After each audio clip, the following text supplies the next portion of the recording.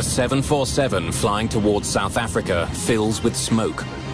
A fire has erupted in the cargo area, but the plane can't land. It's too far over the Indian Ocean. The first thought, I think, for many, many South Africans was what was on that plane.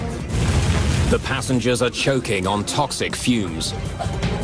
Request a full emergency, please. Affirmative, that's Charlie. There's only one way to clear the smoke. The crew must try a rarely used and risky maneuver. Open the doors. Open the doors in flight.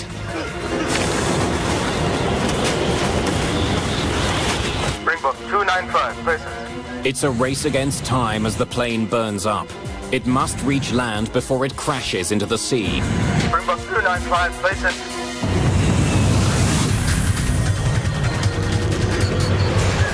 Mayday.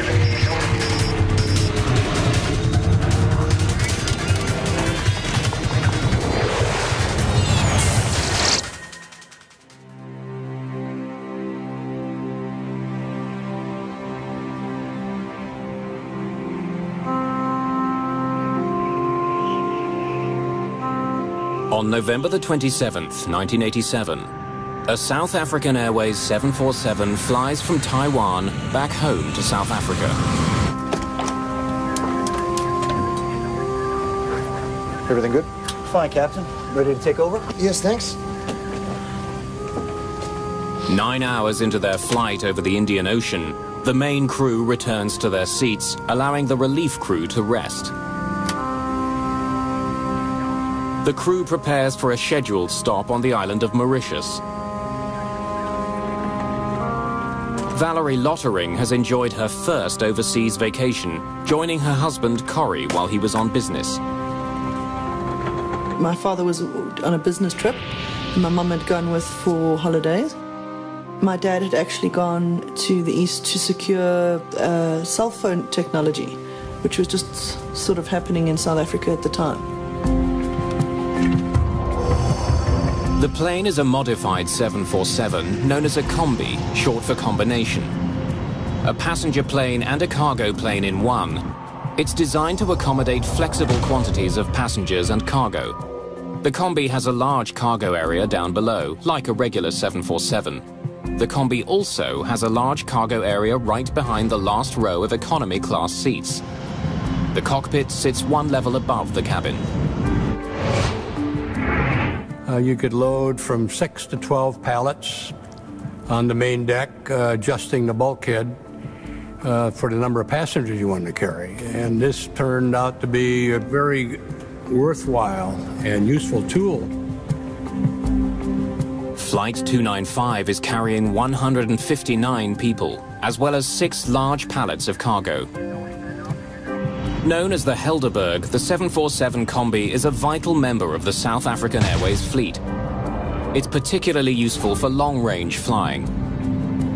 For South African Airways, during the days of apartheid, a plane like the Combi helped them in that respect, because they had to fly around the bulge of Africa over the Atlantic. To protest South Africa's white racist regime, the vast majority of black African states refused to allow South African airlines to fly over their airspace, causing them to fly longer routes. There were sanctions, heavy sanctions against South Africa on political, economic and cultural fronts. South Africa was not welcome anywhere credible in the world. On Flight 295, less than an hour before its stop in Mauritius, the smoke alarm breaks the calm of the cockpit. It's for the cargo area on the main deck, directly behind the passengers. By the time the crew gets to it, the fire is raging.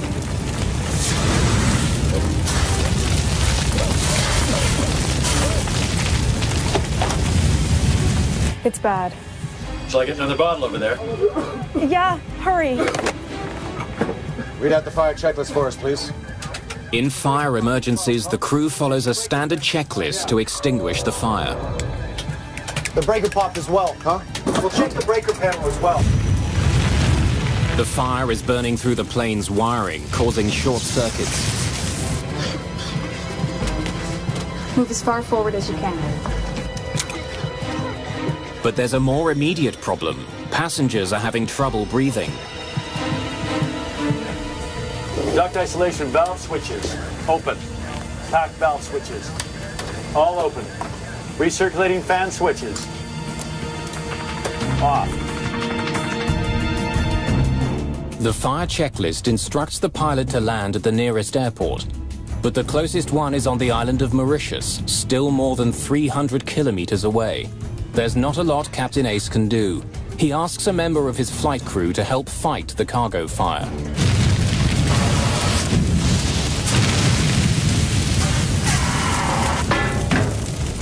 Bring me another bottle. Captain Ace initiates an emergency descent. He calls the airport on the island of Mauritius, which is on good terms with South Africa. It's just before 4 in the morning when Mauritius Air Traffic Control receives the call. Mauritius, Springbok 295. Springbok 295, Mauritius. Good morning. Go ahead. Good morning. We have a smoke problem and we're doing emergency descent to level 140. Confirm you wish to descend to level 140. Yeah, we've already commenced due to a smoke problem in the aeroplane. Do you request a full emergency, please? Affirmative. That's Charlie. Captain Ace sounds calm, but he has to find a way of getting rid of the smoke on his plane. Whatever's burning in the cargo hold is producing thick, noxious smoke which is pouring into the cabin. It could be deadly to the passengers. Your actual position, please. Say again? Actual position. Captain Ace is losing power to many of his instruments. We've lost a lot of electrics. We haven't got anything on the aircraft now. He's not sure where he is. The airport prepares for an emergency landing, while the crew of the Helderberg follows instructions from another checklist to get rid of the smoke. Supplementary vent fan switch, off. Recirculating fan switches, on. Smoke conditions. Hold on, I'll check downstairs.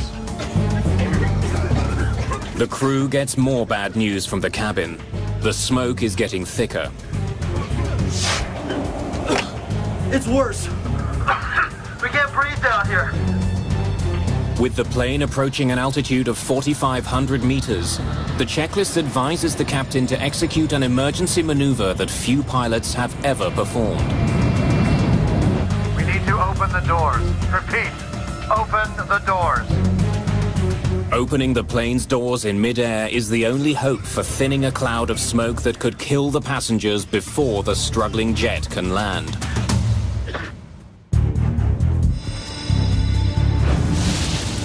As the cabin of South African Airways Flight 295 fills with smoke, there's only one way to save the passengers from the lethal fumes. Out of flight level 150 for 140. 150 for 140.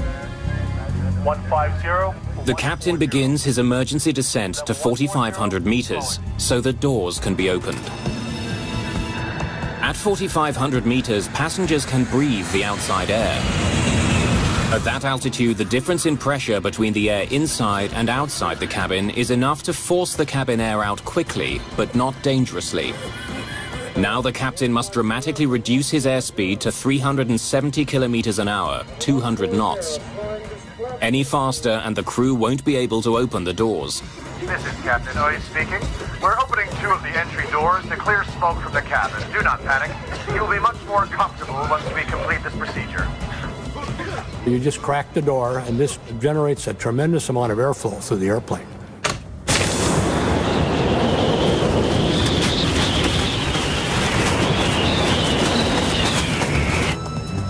Blazen, Springbok 295. We've opened the doors to see if we can... we should be okay. Out there! Close the bloody door. Joe, switch up quickly. Then close the hole on your side. Smoke is now building in the cockpit, but there's no outside door to open. Temperature is 22.22 and the QNH is 1018 hectopascals. 1018 over. The air traffic controller now focuses on giving the captain the information he needs for an emergency landing. Roger, 1018. Affirmative, and both runways are available if you wish. And 295, I request pilot's intention. We'd like to track in on 13. Confirm runway 13. Charlie. Affirmative, you're cleared direct to Foxtrot. You report approaching 50. Okay. Captain Ace has one hope. He must make it to the island of Mauritius, 265 kilometers away. The Helderberg continues on its desperate journey. 295, place sense.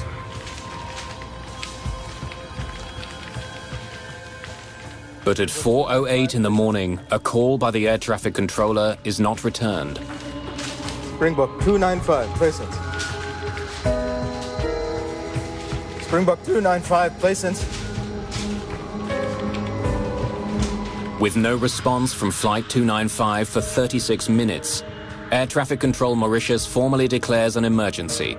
An alert goes out to search and rescue crews. Several aircraft take off from Mauritius and search the dark waters for the missing plane, but find nothing. At the airport in Johannesburg, South African Airways officially declares Flight 295 delayed. We were supposed to be going away on our annual holiday, so we were all very excited because from picking them up, my parents up from the airport, we were supposed to go off to a 3-week holiday. I think that's maybe the extent of the differences of the emotions, is that you're so anxious and excited for them to come home, and then the absolute devastation of the news, getting the news, that the aircraft has gone missing. In the afternoon of the next day, a rescue plane spots the first signs of floating aircraft wreckage.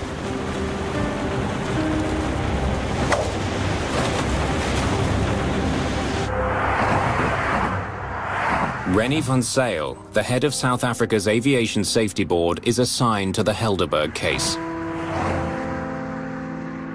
A normal investigator will only handle a major accident about once in 20 years in his career. So this was quite a big wake-up and a challenge to us to start running with this investigation in that morning. 8 bodies are found in the water, all suffering from extreme trauma. It was around about 2 o'clock that we, in fact, were advised that wreckage and an oil slick had been spotted. And it was then quite apparent that the airplane was lost. The most astonishing thing is that my parents had actually, the night before they had flown, had sorted out their wills, had sorted out their insurances, had sorted out all of their documentation and paperwork before they flew, which was quite amazing. My father made very, very close family friends of ours, our guardians, our godparents, and we were to live with them.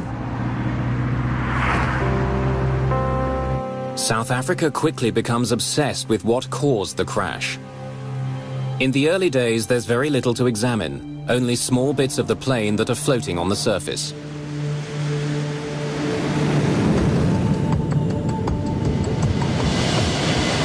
Contained within that debris, Rennie van Zyl's team discovers 3 wristwatches. The watches give them a probable time of impact. These wristwatches were in fact part of the baggage, and when examined we were able to find that the one had stopped and 2 others were still running, and the 2 running ones were the exact Taiwanese time, but the stopped one did give us the minute indication of what we could establish as the impact time of the airplane. The impact time is only 3 minutes after the last communication with the plane. The Helderberg's demise was sudden and dramatic. In the press and in public opinion, it reinforces the idea that something sinister brought the plane down. In the years leading up to the crash, South African Airways offices around the world had been the target of protests. The South African Airways airline at that particular time was a government body. It was owned by the government. It was the national carrier, but it was also very much perceived to be part of the South African government. So another aspect of this plane crash and another theory that was put around was that there could have been a bomb in the cargo, that in fact we were a target. South Africa, or the SAA plane, was a target of terrorists who had the worst interests of this country at heart. Experts examine the small bits of wreckage they have, searching for the telltale signs of an explosion: impact cavities, surface pitting, or spatter cavities. Spatter cavities are caused by the white-hot fragments from a high-explosive device striking and melting the light alloys of the aircraft structure. But experts spot no sign of an explosion. And when air traffic control tapes are studied, Van Zyl hears that the crew appeared to be coping with the emergency. Layson, Springbok 295, we've opened the doors to see if we can... we should be okay.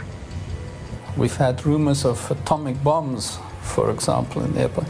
That won't cause the airplane to burn. It will take out the airplane. We did not have that same experience here. This airplane flew for 22 minutes. It's out of the ordinary circumstances. This was not an explosion that took out the airplane. With just small pieces of the plane to study, investigators are stumped.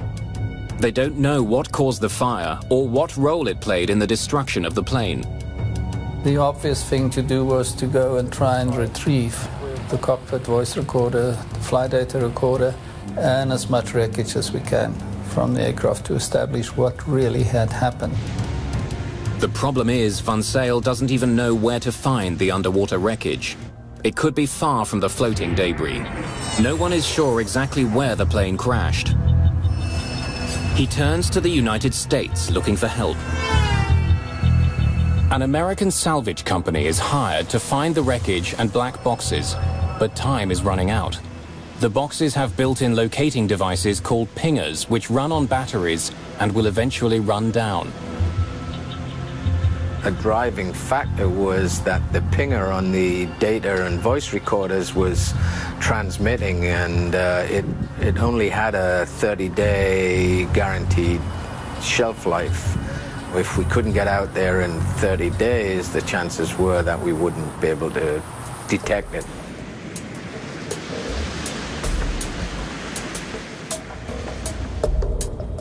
By the time the proper equipment can be assembled in the Indian Ocean, only 7 days remain before the batteries and the pingers will die out. Meanwhile, blood tests are performed on the human remains pulled from the debris field. All show traces of soot in their trachea. It's determined that at least 2 of the passengers died from smoke inhalation. Investigators face a disturbing realization. Even as the crew was struggling to land their plane, some of the passengers were already dead. While searching for the black boxes, investigators continue to examine the floating wreckage. Amongst the hundreds of recovered items, a partly melted graphite tennis racket offers a telltale clue about the fire. Graphite only burns at temperatures greater than 600 degrees Celsius. Investigators now know that the fire on the Helderberg was extremely hot. This discovery may explain why a fully charged extinguisher from the front of the plane is recovered with other floating wreckage. Investigators notice a melted piece of cargo netting on the outside of the extinguisher. They determine that the extinguisher is from the passenger cabin, suggesting that as the fire burned, a crew member grabbed the extinguisher and brought it to the cargo area.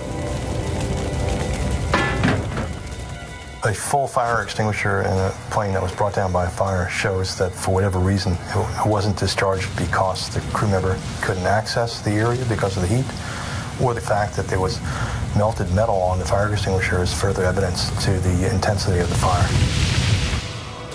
Before this accident, in the 20-year history of the 747 Combi, no one had ever died from fire or smoke. When we heard about a fire in the Helderberg, this was the first time for a wide-body airplane. It was It was news, and because it was so new, and the thought was that we really couldn't have anything like that. What could have caused such an intense fire on the Helderberg? Was it a wiring problem on the plane, or had the cargo itself somehow started the blaze? Initially, the investigation, of course, focused on what was the cargo. The fire obviously had originated in the Mayday cargo compartment, so the logical thing is to look what did the waybills indicate was carried in the airplane.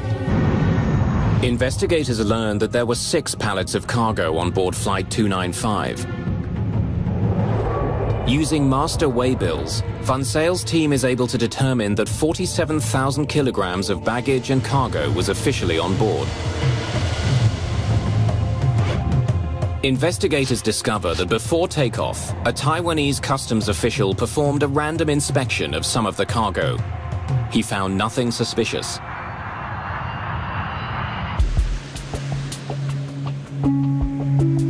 More than ever, investigators need to find the rest of the plane and locate the Helderberg's black boxes.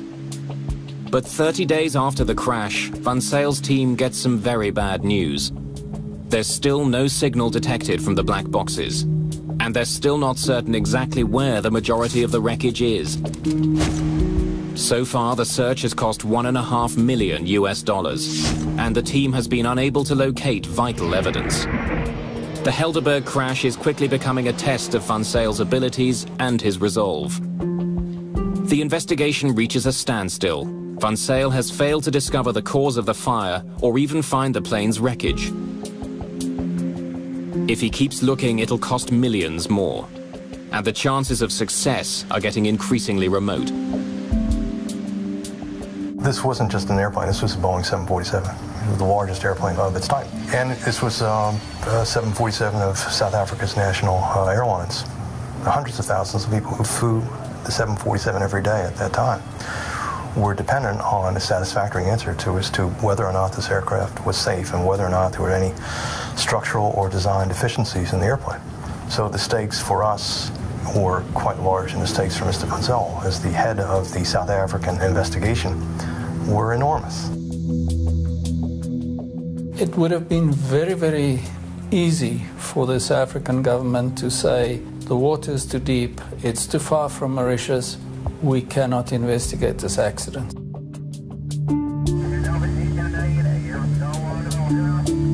Well beneath the grey waves of the Indian Ocean, the wreckage of the Helderberg remains hidden.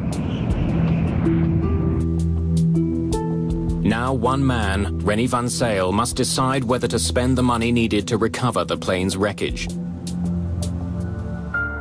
But almost 2 months after the Helderberg slammed into the Indian Ocean, no one even knows the precise location of the main wreckage. Van Zyl decides he must try to recover what he can. Without the wreckage, we'll never know the truth. So they spent on one investigation what we spent in 6 months of conducting all of our investigations in the United States. Before investigators can salvage the Helderberg, they must find it. The wreckage lies somewhere very deep underwater. 61 days after the crash of the Helderberg, Van Zyl receives some intriguing news from his team. Sophisticated sonar equipment has detected a large object 4,400 meters underwater on a flat plateau.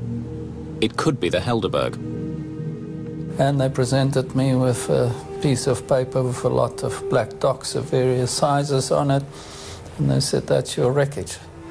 And my question to them was, how do I know it's the wreckage of the 747? Maybe this is a submarine from the Second World War or something.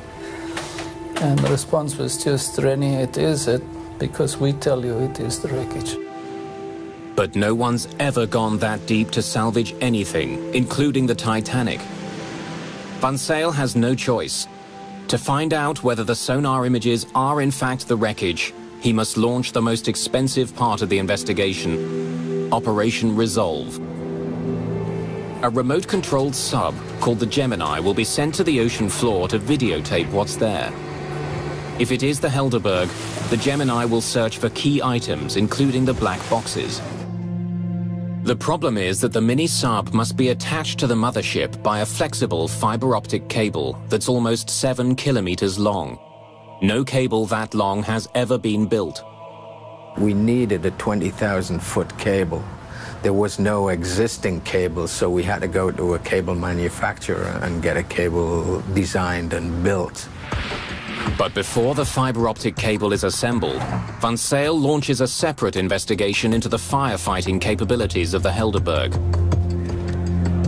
He would discover that the very design of the combi may have doomed the flight.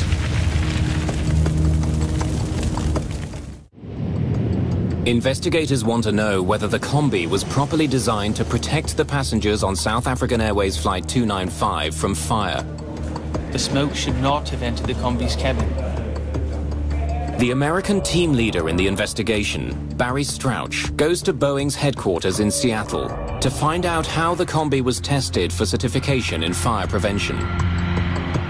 Strauch's team learns that to comply with federal regulations, Boeing's fire tests were conducted by setting a bale of tobacco leaves on fire. When a technician enters the cargo area to fight the demonstration fire, no smoke enters the passenger cabin. The smoke remains localized. The fire is quickly extinguished. Well, that was in the test conditions that Boeing used to get the airplane approved. But in the reality, as we saw in this accident, it didn't work that way because you didn't have a nice clean fire with fans blowing the smoke towards the ceiling. You had pallets, you had a fire that would have grown considerably before the smoke was generated, and you had plastic sheeting that would provide fuel to the fire, in addition to all the cardboard and packing materials within the pallets themselves. The combi is designed to prevent smoke from entering the passenger cabin. The air there is kept at a slightly higher pressure than in the cargo area. When the door between the two is opened, the air should flow into the cargo area, keeping the passengers safe.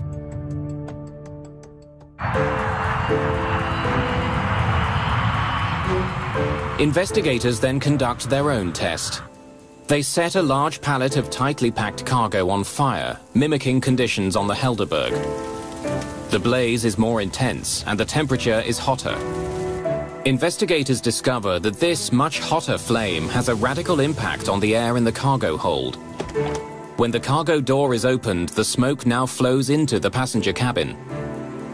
Boeing tests used tobacco leaves and batches of tobacco. In the fire in the Helderberg, it was a very, very different fire than the kind of smoke-generating fire that Boeing used in their tests. Heat would have been generated within the cargo compartment that would have created its own pressure and would have negated the pressure differential between the cargo compartment and the passenger compartment. Without the pressure differential, there would be nothing to restrain the smoke and keep it on the cargo side. And therefore, the smoke would have penetrated into the passenger side, smoke that contained, as we know, carbon monoxide and carbon dioxide. Then investigators discover something potentially more lethal. As the passenger cabin filled with smoke, a checklist instructed the crew to turn on the cabin's recirculating fans. The intention of the checklist is to dissipate the smoke in the passenger cabin after the fire has been extinguished. Recirculating fan switches on. But in this case, turning the fans on may have been deadly. Fans draw air from above the cabin's ceiling and from the cargo compartment before recirculating it back to the passengers. The carbon monoxide levels were extremely high and were fatally high. In fact, the one body, and we have to stress again, he was allocated a seat really below the recirc fan inlet area. That was the highest level. I think we're talking around about 66%. That is not a survivable level at all. By following their checklist, the crew may have fed toxic gas into the passenger cabin. And it might very well have been that most of your passengers were asphyxiated before impact. No checklist for a 747 combi had ever foreseen the Helderberg's simultaneous problems, a cargo fire problem and a cabin smoke problem. The smoke removal checklist is predicated on the assumption that the fire has been extinguished.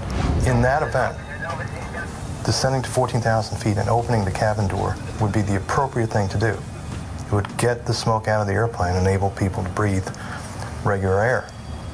If the fire hasn't been extinguished, that would have the function of actually increasing the airflow to the fire and increasing the supply of oxygen to the fire. We think that's what happened in this case, that the fire had never been extinguished.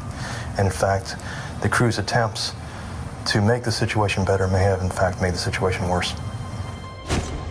Investigators begin to realize that fighting a fire in the combi's cargo area is much more difficult than previously thought. If there was a fire in one of these pallets, it was quite likely that by the time the crew was alerted to the fire, it would be too late. Then the cabin instantly filled up with smoke. But Van Zyl still doesn't know what caused such a fierce fire. How had the blaze started? And how had it brought the plane down? The answers are still deep under the ocean. It takes months to build the fiber optic cable that's long enough for the Gemini to reach the bottom of the sea and to modify the submarine for this mission. We had to take the ROV, existing ROV that we had, which was designed for 6,000 feet, and we had to modify it so it would go to 20,000 feet. Roy Truman's team had to give the sub thicker walls to withstand the enormous pressure it would encounter and modify its cameras for the extreme depth. On September the 23rd, 1988, the Gemini begins its record-breaking journey. We were hesitant to say that everything would work because we didn't even have time to do sea trials on this, all of this new equipment. The cable allows technicians at the surface to manipulate the Gemini at 4,400 meters. It also carries video signals from that remarkable depth. It's the first time that video images have been recorded from this deep in the Indian Ocean. Marine biologists are fascinated by the discovery of unique new species. Some of the stuff that we saw on the seabed was pretty mind-blowing. Then, 1 year to the day after it disappeared, the Helderberg is found. From a depth of 4,400 meters, the submarine sends back images that could only be the wreckage of South African Airways Flight 295. There would be lots of luggage just strewn all over the seabed. Massive structures, the wings, tail, huge parts of the cabin split open, and you could see all of the ribs and the wiring, the hydraulic piping. I mean, it was incredible just to see everything that went into a machine spread over an area of about 5-6 square miles. It was incredible.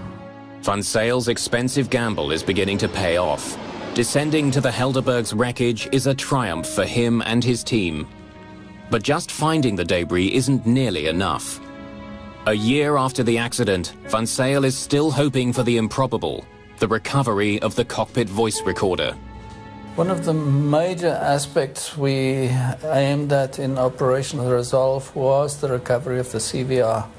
We really wanted to know whether the cabin crew reported to the captain that there was an explosion or what was happening at the back. Hundreds of hours of videotape are recorded. It's exhausting work.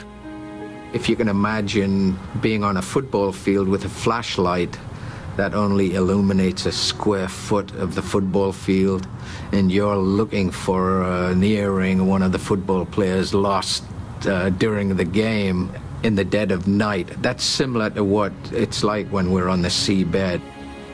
Then, at 9 o'clock one morning, something catches the eye of one of the technicians. Go back for a second. I might have passed.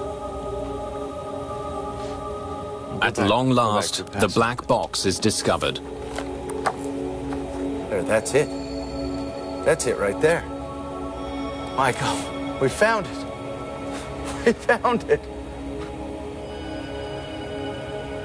That was a very fulfilling moment to know, fine, what we had aimed for, we have achieved, we're getting it. It takes a full 5 hours for the Gemini to bring the black box up from the bottom of the sea.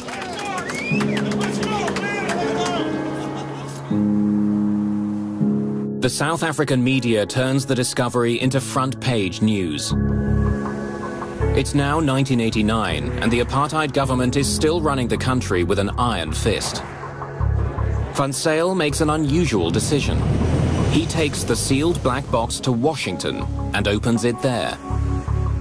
Because otherwise I would have been accused of having covered up something or left something out or whatever. And we, the FA and the NTSB guys, all listened to this tape at the same time for the first time. Tension in the room is high. The cockpit voice recorder should be a tape of the last 30 minutes of the flight, as the crew fought the fire. But the tape turns out to be a major frustration. After a year on the bottom of the ocean, it's difficult to understand anything.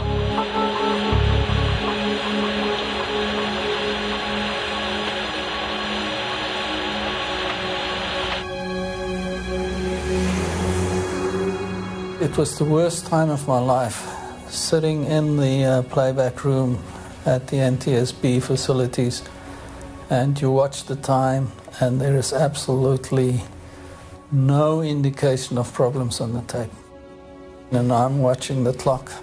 At about 25 minutes, I was really getting very, very anxious.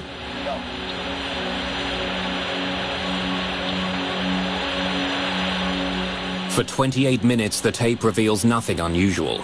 Then everything changes. The next minute, of course, the alarm bell goes on the CVR, and we had about a minute's worth of relevant recording on the tape before the tape stopped. Normally, the black box records the final moments of a flight, but not this time. Instead, investigators are able to listen to the start of the accident before the recording mysteriously stops. It's not what Van Zyl was hoping for, but it gives him crucial new insight into the fire. Read out the fire checklist for us, please. 14 seconds after the fire alarm goes off, the plane's circuit breakers start to pop. The breaker popped as well, huh? We'll check the breaker panel as well. Yeah.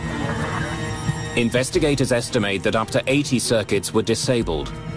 The wires to the cockpit voice recorder are destroyed only 81 seconds after the fire alarm first goes off. Van Zyl has not received the key evidence that he hoped for, but the fire is revealed as more violent than previously thought.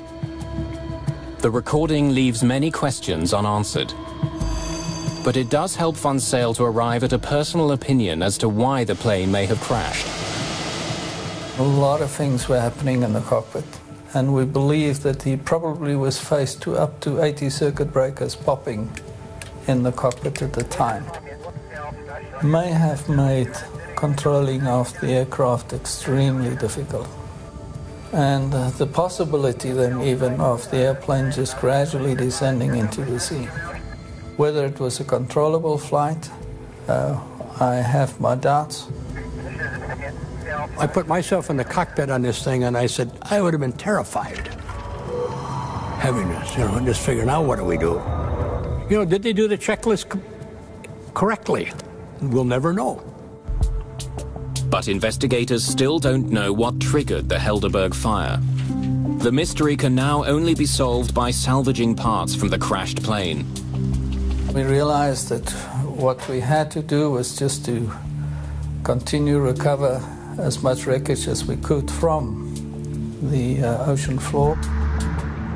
Van Zyl's focus is on certain key pieces of the combi's cargo area.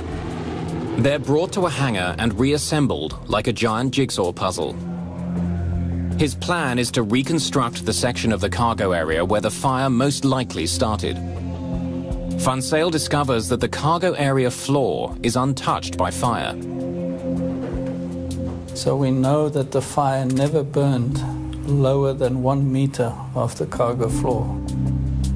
But the walls and ceiling at the front of the cargo area reveal severe fire damage. Van Zyl makes a dramatic discovery. The seat of the fire was on the front right pallet of the cargo. So we were looking at a very localized fire on one pallet. The front right pallet was mostly filled with computers, protected by polystyrene packaging. Investigators suspect that a fire within the pallet came in contact with the polystyrene packing material, producing gases which accumulated near the ceiling. When the gases became hot enough, they ignited into a flash fire that spread throughout the cargo hold. Once smoke penetrated the polyethylene sheets, that fire would have been very, very hot.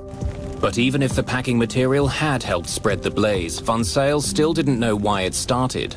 After millions of dollars and more than a year and a half of work, he has to end his investigation. I would have felt a lot better if we had been in a better position to give more factual information to the board to consider. But that was not to be. And we were not going to fabricate. But interest in the wreck of the Helderberg doesn't die. Dark rumors circulate about a possible cause of the fire. It's against this backdrop of a very repressive apartheid government. At that particular time, the first thought, I think, for many, many South Africans was what was on that plane. Was there something in that cargo hold that could have caused that terrible fire? Because planes don't just burst into flames mid-air and crash. Then a South African government chemist makes a startling discovery, which leads to a controversial new theory. A microscopic iron particle on the nylon netting next to the pallet has a unique profile. The airflow patterns on the iron suggest that it traveled at a very high velocity while in a molten state. The discovery could mean that the fire on the Helderberg was not a flash fire triggered by packing materials. This was a different kind of fire. This was a fire that had its own oxygen. If you can imagine something like a sparkler, which has fuel and its own oxygen, it was some kind of material similar to a sparkler that we feel was the cause of the fire. A British fire and explosion analyst examines the exterior skin of the plane above the pallet and comes up with another piece of evidence to support the new theory. The skin on the outside of the plane reached temperatures as high as 300 degrees centigrade. You must remember that it's very difficult to burn through an airplane skin in flight because the tremendous amount of cooling from the airflow on the outside of the skin. Dr. David Klatzo is one of numerous experts who question what caused the fire. It would have involved substances which normally would not have been carried aboard an aircraft, particularly a passenger aircraft. In other words, it could not have been a normal packing material, wood, cardboard, plastic fire. You don't carry the things of that nature which carry their own oxygen, which can produce an accelerated fire, for a number of reasons, one of which they are generally unstable. The second reason is that normal fire extinguishing methods will not put them out. What could start such a fire? The only dangerous goods listed on the cargo manifest are computer batteries. Some believe the Helderberg must have been carrying cargo that wasn't listed. At the time, South Africa was under an international arms embargo. The country was also fighting a war with Angola. South Africa didn't have capacity to do everything itself, and there were times when it had to buy from other countries. SAA was seen as a surrogate cargo carrier, that they could somehow, through its commercial airline use, also bring in substances for the South African government, undercover, under protection, no questions asked. It was not that easy for them to fly a quasi-military airline into different countries and pick up military contraband, which you must remember we were laboring under an arms embargo at the time. The media fuels the flames of suspicion that the government was using passenger jets to secretly import weapons. Armscor is the corporation responsible for supplying the South African forces with munitions. At the time, there was a need to produce a better rocket system, a more efficient rocket system for dealing with the air menace in Angola. And the rocketry systems which are used for those purposes have as their propellant, a major component of the propellant is ammonium perchlorate. And that is what I believe was being carried aboard the Helderberg. But it is not the sort of compound you want on an aircraft when you are flying on that aircraft, because it is unstable, it is susceptible to self-ignition by any kind of vibration and violent movement.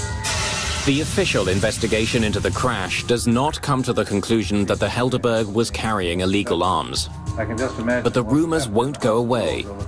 And more than 10 years after the crash, the dark theories force a very different South African government to take another look.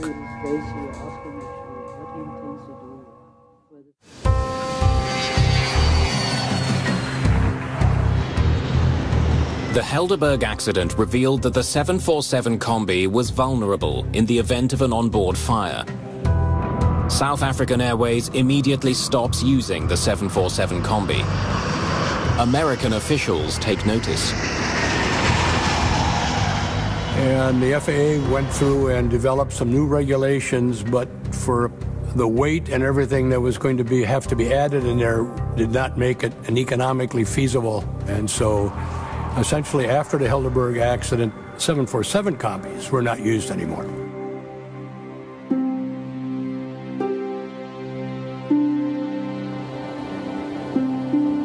There are tributes and memorials to the 159 victims. But closure does not come easily for the families. I need an answer for why I was orphaned at 14. And I feel that, as I say, I'm probably touching on hearsay, but there's a lot of evidence that does point to something not being right on that flight, and that the flight was carrying something illicit. 10 years after the Helderberg crash, the new South African government launches a commission to re-examine the accident. The Truth Commission was tasked with basically uncovering the truth about apartheid atrocities, and one of the areas it was tasked to look at was the role of the SAA in sanctions busting during the 80s, and whether or not the Helderberg was a freak accident or not. In 1998, the Truth and Reconciliation Commission makes a controversial conclusion. Namely, that nothing that was listed in the cargo manifest could have caused the fire. And the Truth Commission recommended that there was something untoward about what had happened to the Helderberg. The Truth and Reconciliation Commission exposed the improbabilities of the government version as to what had happened. If nothing in the cargo inventory caused the fire, what did? And how did it get on board? The reality, unfortunately, is unless somebody today comes up and says, yes, I did this, or yes, we were responsible for this, and you can prove them not to be involved in a hoax, that will be possibly the only time in which we will really know what had happened and caused and was the source of ignition of the fire. In its final report, the Commission suggests that the Attorney General's office continue to investigate the accident.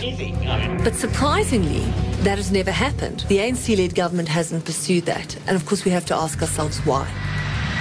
And I think that the answer lies in what many people believe, is that it's just going to be too costly.